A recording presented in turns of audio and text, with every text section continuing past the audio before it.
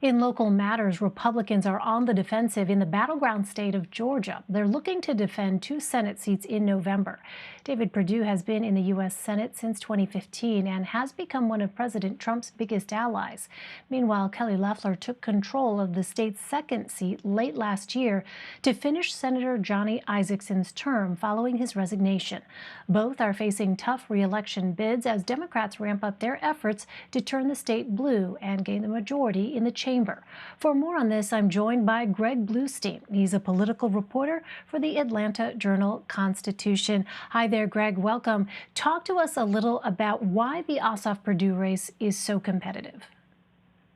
Yeah, I mean, Jon Ossoff gained national attention back in 2017 for a nationally watched special election congressional bid for basically a district spanning North Atlanta suburbs. And he came within 4 points of flipping the district, but raised an astonishing amount of money, about $30 million, and really catapulted himself into the national scene. He's challenging David Perdue, former Fortune 500 chief executive, who is a close ally with President Trump, as you mentioned. So it's a battle between a veteran businessman and a kind of younger upstart Democrat who's bringing a fresh perspective on politics. And you've seen the dynamics really grow closer and closer as the election day nears. And then today we have news that an outside group is spending more than $7 million to boost Jon Ossoff's campaign through the months of September and into the fall. A big sort of vote of confidence from this Washington-based group for Jon Ossoff. Yeah, I mean, how much of a boost could that be potentially for him? Well, for him, it's also sort of catch up because Republican allied groups have reserved about 16 million or so, depending on what track you watch. But $16 million or so of ads at least for David Perdue's campaign. And you can't turn on a TV here in Georgia without seeing an ad for either Jon Ossoff or David Perdue, it seems. And it's only going to get worse as November nears. But this is important cover for Jon Ossoff on the TV front. And he's been trying to, have virtual town hall meetings and virtual press conferences with reporters and with voters throughout the district. He recently said he'd go up against David Perdue in at least 5 debates around the state between now and November. So he is trying to press and pressure David Perdue. Most of the prognosticators still think it leans Republican. This race is, likely to go Republican or lean Republican, but certainly polls show a very, very tight race. Well, tell us more about this special election for Georgia's second Senate seat in a race with multiple contenders. Who are the front runners and what are candidates doing to stand out in the crowded field?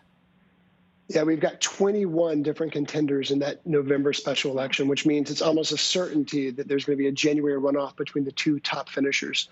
Kelly Loeffler, the incumbent, was tapped to the seat by Governor Brian Kemp way back in December, and she's going to spend at least $20 million boosting her campaign. So there's even more ads for Georgians to watch.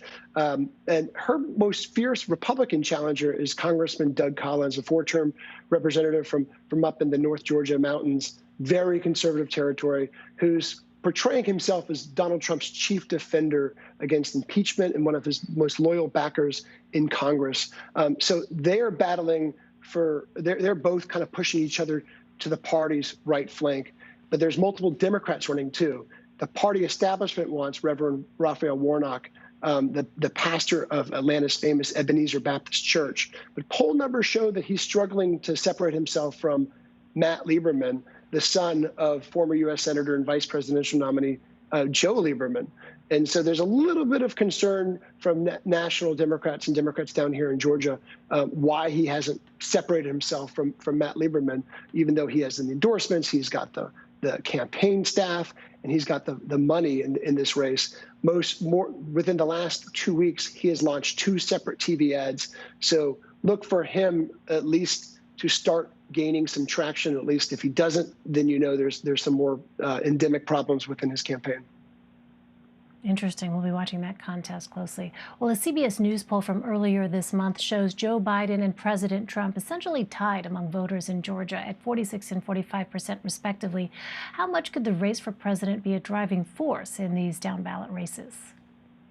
It'll be the beginning and end to these down ballot races. And that's the thing. Joe Biden is competing here in Georgia in a way that Democrats haven't in at least the last decade. He's already up on air here in Georgia. He forced Donald Trump to defend the state. Way back in June, Donald Trump had to start running radio ads in Georgia. That's unheard of for a presidential contest here, where Republicans have held Georgia in every presidential election since '96. So that just shows you how close the dynamics are here. Joe Biden's campaign just hired about half a dozen veteran operatives to lead the efforts here in the state. It's still just like the Senate races. Prognosticators still say they expect it to lean to the right, lean to Republicans.